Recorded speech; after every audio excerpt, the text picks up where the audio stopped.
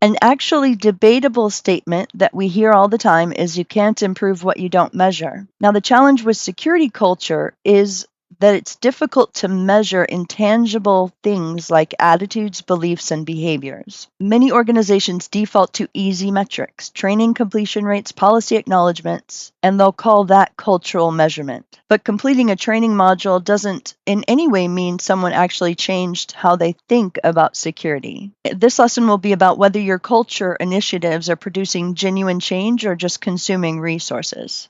W. Edwards Deming, the father of modern quality management, wrote in The New Economics, "It is wrong to suppose that if you can't measure it, you can't manage it, a costly myth." This quote is often misquoted as the opposite, that you can't manage what you can't measure. I think I've done it as well. But Deming's actual point is profound. Some of the most important things in organizations are difficult to quantify, yet they must still be managed. Culture is one of those things you can't simply count, but you can observe. You can measure indicators or track behaviors that reflect underlying attitudes. The key is moving beyond activity metrics, what people did, to outcome metrics, which is what actually changed. Training completion tells you someone sat through a course. Behavior change tells you whether they learned anything. There's a framework for thinking about culture measurement. Let's review 3 categories of metrics you could track. First, leading indicators. These are early signals that predict future security outcomes. Think of them as the canary in the coal mine. They include things like how quickly do employees report suspicious emails? What percentage of security suggestions in your feedback channel come from non-IT staff? How many people voluntarily attend optional security awareness sessions? Are employees asking security questions before launching new projects? These metrics tell you whether security awareness is growing before you see it reflected in incident data.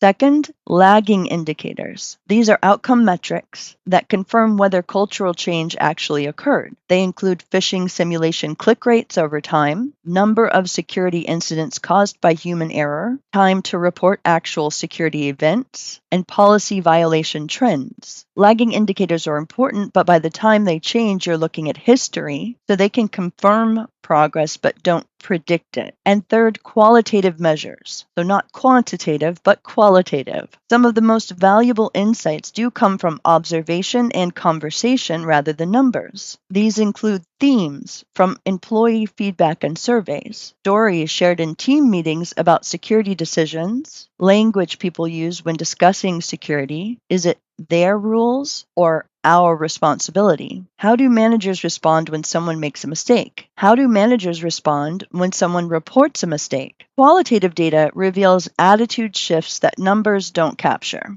There's a critical distinction between compliance metrics and culture metrics. Compliance metrics measure whether people followed rules. Culture metrics measure whether people internalized values. Consider these pairs. Compliance says 98% completed security training. Culture asks, how many people changed a password or reported a suspicious email within a week of training? Compliance says, all employees signed the acceptable use policy. Culture asks, do employees actually consult the policy when they're unsure about something? Compliance says, phishing simulation click rate dropped to 5%. Culture asks, when employees don't click, is it because they've recognized the threat or because they've learned to distrust all emails during simulation periods?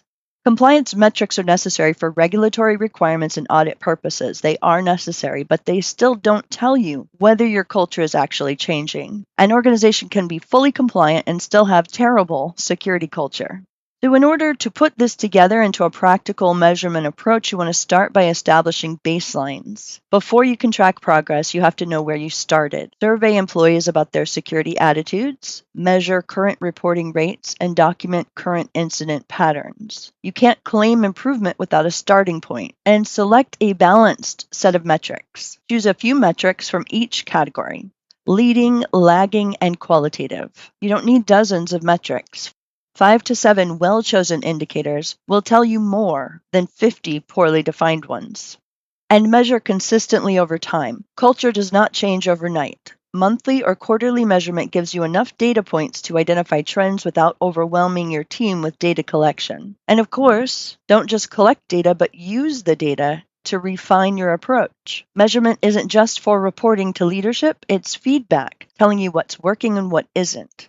If a particular initiative isn't moving the metrics, that's valuable information. Adjust your approach rather than continuing activities that are not producing results. And finally, remember that your measurement framework needs to tell a meaningful story. Leadership doesn't want to see a spreadsheet with 30 metrics. They want to understand, is our security culture getting stronger? Are our investments paying off? And where should we focus next? Organize your metrics into a narrative. Leading indicators show momentum and early progress. Lagging indicators confirm that momentum translated into real outcomes. And qualitative insights add color and context to the numbers. So when you're reporting to leadership, lead with the story and support with the data. Don't bury them in charts. Show them the trajectory and explain what it means.